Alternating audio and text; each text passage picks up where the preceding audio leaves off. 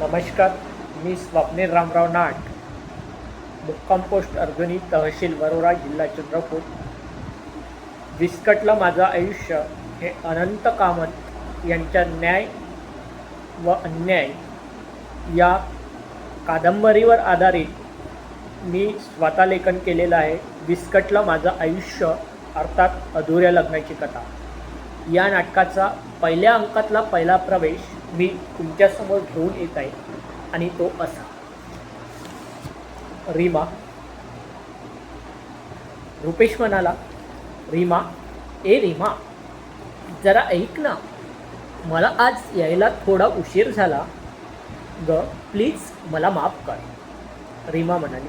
तिच्या चेहऱ्यावर राग स्पष्ट दिसतोय आणि रुपेशकडे न बघता मनातल्या मनात म्हणते, माझ्या रागाची या रुपेश सेठना काय किंमत असणार? त्यांना फक्त पैसा आणि स्वतःची प्रतिष्ठा एवढंच दिसतं. माझ्या भावनांशी त्यांना काहीच लेणं देणं नाही. रुपेश तिच्या अगदी जवळ शेजारी बसतो. खडखडून हसत थेट तिच्या डोळ्यात पाहत, रुपेश सेठला पैसा आणि प्रतिष्ठेशिवाय इतर काही दिसत नाही असंच वाटतंय ना तुला? पण रीमा, विसरू नकोस, याच पैशामुळे आणि प्रतिष्ठेमुळे हा रुपेश सेठ आज सगळं जग बाजूला ठेवून तुझ्याकडे धावत आलाय. रीमा झटकन दूर सरकट चिडू, सगळं खोटं आहे तुमचं. पुरे झाली हो खोटी स्तुती आणि तो पूजा. मला आता यातलं काहीच ऐकायचं नाही.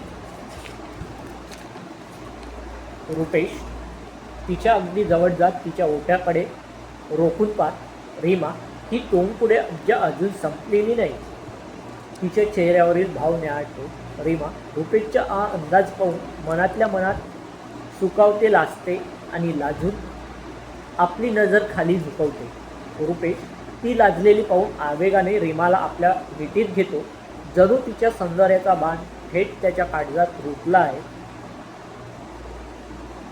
अशा थाटात तिला जवळ होतो.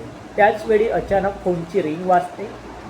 सलग 2 वेळा कॉल आल्यामुळे दोघांमधील त्या रोमांटिक वातावरणाचा बेरंग होतो. रुपेश फोनवर दीर्घदर्शकाला काहीतरी निरोप देतो आणि तिथून घाईघाईने निघून जातो. तो जाताना त्याच्याकडे हताशपणे पाहून दूर सरकत स्वतःचे सरळते, पण मला तुमच्याशी खूप महत्त्वाचं बोलायचं होतं रुपेश. रुपेश घाईघाईने निघणाऱ्या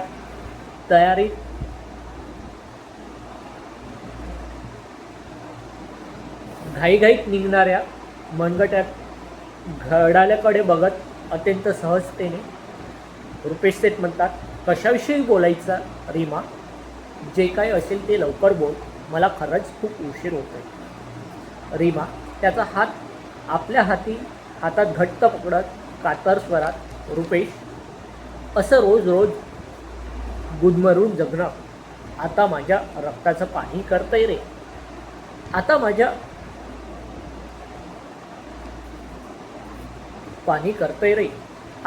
रक्ताचं पाणी करतंय रे. जग आपल्याला चोर समजतंय आणि मी मात्र तुला माझा देव मानून बसले. मला फक्त एकच प्रश्नाचं प्रामाणिक उत्तर हवंय. तुमचं माझ्यावर खरोखरच जीवापाड प्रेम आहे ना, की हे सगळं फक्त? रुपेश तिच्या या थेट भावनिक प्रश्नाने क्षणभर सुन्न होतो, पण स्वतःला सावरत प्रेमाचे नाटक करत बोलतो, रीमा, अचानक असा प्रश्न का विचारतेस? वेडी आहेस का तू? माझ्या प्रेमाची खात्री पटवून देण्यासाठी आता माझं काळीच काढून तुझ्या हातात देऊ का? अजून काय करू मी? रीमा त्याच्या डोळ्यात उभे राहिलेले खोटे भाव ओळखण्याचा प्रयत्न करत थरथरत्या हातांनी त्याचा चेहरा हातात घेते. मग मला या जगासमोर तुमच्या आयुष्याच्या हक्काचं स्थान द्या. माझ्या कपाळावर तुमच्या नावाचं कुंकू लावा. माझ्याशी लग्न करा रुपेश. रीमाच्या तोंडून लग्न हा शब्द ऐकतात रुपेशच्या पायाखालची जमीन सरकते. त्याच्या चेहऱ्यावरचा रोमांस एका क्षणात गायब होतो. तो स्वतःला सावरतो आणि अत्यंत थंड निर्दयी आवाजात म्हणतो, रीमा, शांत हो. वेडेपणाच्या मर्यादा ओलांडू नकोस. हे कधीच शक्य नाही. आणि माझ्यावर असा मूर्खपणाचा हट्ट धरू नकोस. रीमा रुपेशचा हा कोरडा आणि क्रूर नकार ऐकून जणू तिच्या आबाडच कोसळतं. तिच्या डोळ्यातील रक्ताचा चकाचूर होतो. ती मोठ्याने ओरडते, काय काय म्हणालात तुम्ही? शक्य नाही. तिचे ओठ भीतीने आणि दुःखाने थरथरायला लागतात. डोळ्यातून अश्रूंच्या धारा वाहू लागतात. रुपेश तिची ही अवस्था पाहून तिला शांत राहण्यासाठी तिच्या मागे उभा राहतो. तिच्या खांद्याला स्पर्श करत खोट्या सहानुभूतीने तिला धीर देण्याचा प्रयत्न करतो. रीमा त्याचा तो स्पर्शही तिला जडजडीत वाटतो. ती झटकन त्याचा हात झटकून दूर होते. हुंदके दाबत रडवेला आणि तुटलेल्या आवाजात बोलते, स्पर्श करू नका मला. काय सांगणार आहात तुम्ही आता? मला सगळं समजतं. हेच ना की माझ्यासारख्या एका सामान्य मध्यमवर्गीय मुलीशी तुम्ही लग्न करू शकत नाही. तुमची श्रीमंती, तुमची प्रतिष्ठा माझ्या गरिबीपेक्षा खूप मोठी आहे, हेच ना.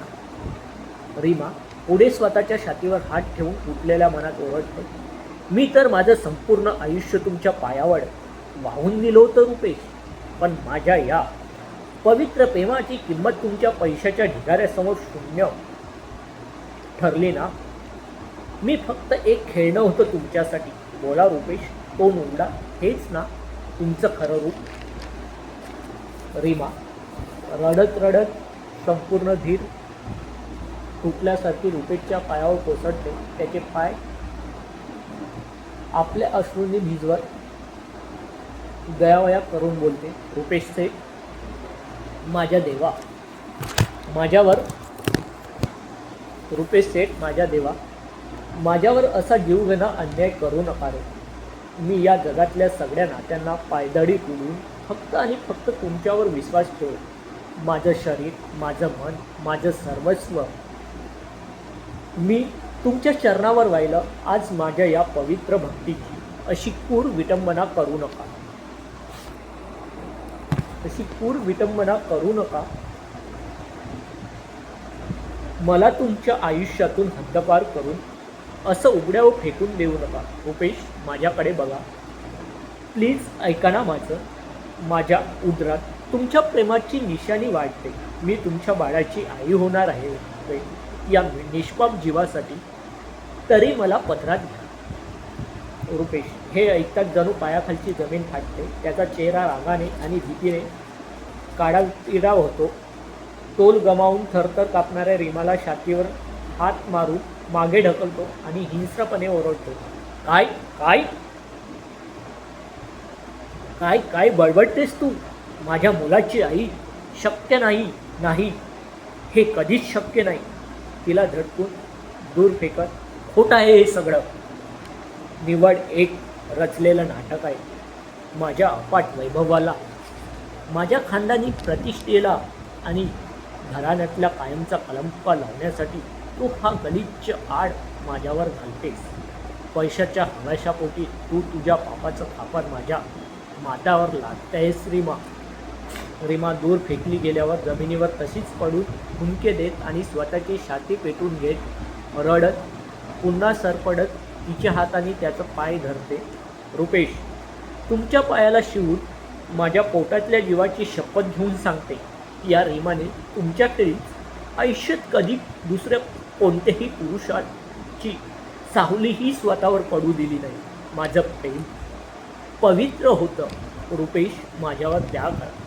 देवासाठी माझ्यावर द्या करा. मला अशी जिवंत मारू नका. रुपेश अत्यंत पाषाण हाती गर्विष्ठ कोर स्वरात तिचे हात झटकून मागे होतो. रीमा या असल्या फालतू रडण्याने रुपेश सेठ वितरणार नाही. लग्नाचा अट्टहास धरून स्वतःचं आयुष्य स्वतःच उद्ध्वस्त करू नकोस.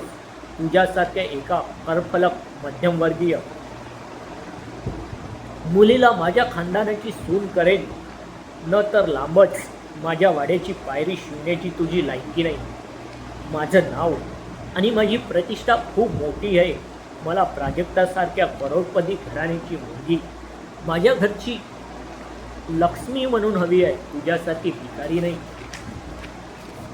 संतापाने आणि तीव्र दुःखाने थरथरत नागिनीसारखी पुकारत रीमा रुपेश सेठ, आज तुम्ही तुमच्या तथाकथित प्रतिष्ठेच्या आणि इज्जतीचा भुरका स्वतःच फाडून टाकला आहे. एक निष्पाप असहाय्य माणसाला लग्नाचे खोटे वचन देऊन प्रेमाचे ढोंग रचले. शी, कुठे गेली होती तुमची ही महान अब्रू? स्वतःच्या वासनांद सुखासाठी माझ्या संपूर्ण आयुष्याला कलंक लावला. सांगा, तुम्ही कुठे गहाण ठेवली होती तुमची ही खोटी प्रतिष्ठा? रीमा संतापाच्या भरात त्याला जोरात लाथ मारते. तिची लाथ मारताच त्याचा चेहरा रागाने लालबुंद होतो. तो तिचा हात अत्यंत जोशात पिळगाटतो आणि तिला जमिनीवर ढकलून देतो. तिच्या चेहऱ्यावर सिगारेटचा धूर ओढत दातावर दात घासून क्रूरपणे ओरडतो, तुझी ही हिंमत?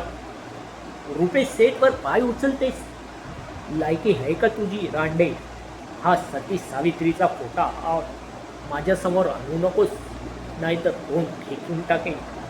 अच्छा, या जगात तू स्वतःला फार मोठी स्वती समजतेस की काय? लक्षात ठेव, लोकांचे मनोरंजन करणारी रंबा आहेस तू. कुणाची पवित्र बायको बनण्याची तुझी लायकी नाही, कधी होणारही नाही. ती अहिल्यासुद्धा शेवटी फसलीच गेली होती. मग तू तर माझ्या पायाची धूळ आहेस. तू काय समजतेस? रुपेश सेठ तुझ्यासारख्या बाजारू आणि उकिडावरच्या पोरीवर मनापासून प्रेम करेल. तू माझा एखादा खास छंद आहेस. छंद? रुपेशचा खरा छंद आहे सुंदर. रुपेशचा एकच छंद आहे, सुंदर मदिराक्षी आणि महागडी मदिरा.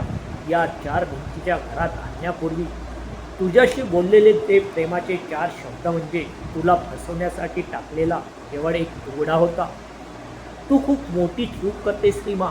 तू विसरतेस की हा रुपेश सेठ एक अत्यंत क्रूर आणि मतलबी व्यापारी आहे. जिथे मला वासनेची भूक दिसेल तिथे मी किंमत मोजून खरेदी करतो आणि काम झाले की कचऱ्यासारखे फेकून देतो. तुझ्याशी लग्न करणं म्हणजे माझ्यासाठी निवड एक थट्टा आणि कोरडा व्यावहारिक सौदा होता. तुझ्यासारख्या राजचार भिकारड्या स्त्रीला मी पैशाच्या जोरावर विकत घेतले आहे. तुझ्या त्या कवडी मोलाच्या भावनांना मी माझ्या पायाखाली तुडवतो, समजलीस? तुला स्वतःचे पोट भरता येत नव्हते. कुत्र्यासारखी रडत भीक मागत तू स्वतःहून माझ्या दारात आलीस.